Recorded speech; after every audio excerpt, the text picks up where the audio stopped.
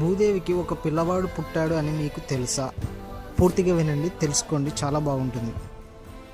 భూదేవిని హిరణ్యాక్షుడు సముద్ర గర్భంలో ముంచేయాలని ప్రయత్నించినప్పుడు నారాయణుడు వారాహ అవతారం ధరించి హిరణ్యాక్షుడిని సంహరించి భూమాతను కాపాడాడు. ఆ సమయంలో భూమాత వరాహస్వామి శక్తుల కలయికతో వారికి ఒక కుమారుడు జన్మించాడు. అతడే భౌమాసురుడు. పుత్రుడు కలగడంతో భూదేవి సంతోషిస్తున్నప్పటికీ ఆ పిల్లవాడి భవిష్యత్తు తెలిసి ఆ విషయాన్ని భూదేవికి ఎలా చెప్పాలో తెలియక వారాహస్వామి దీర్ఘాలోచనలో ఉన్నారు. వారాహస్వామి భూదేవితో ఇలా అంటాడు: భూదేవి, మనకు జన్మించిన ఈ కుమారుడు మహాబలవంతుడు అవుతాడు. కానీ ఒకరోజు అతని అస్తిత్వం లోకాలను కలవరపెడుతుంది.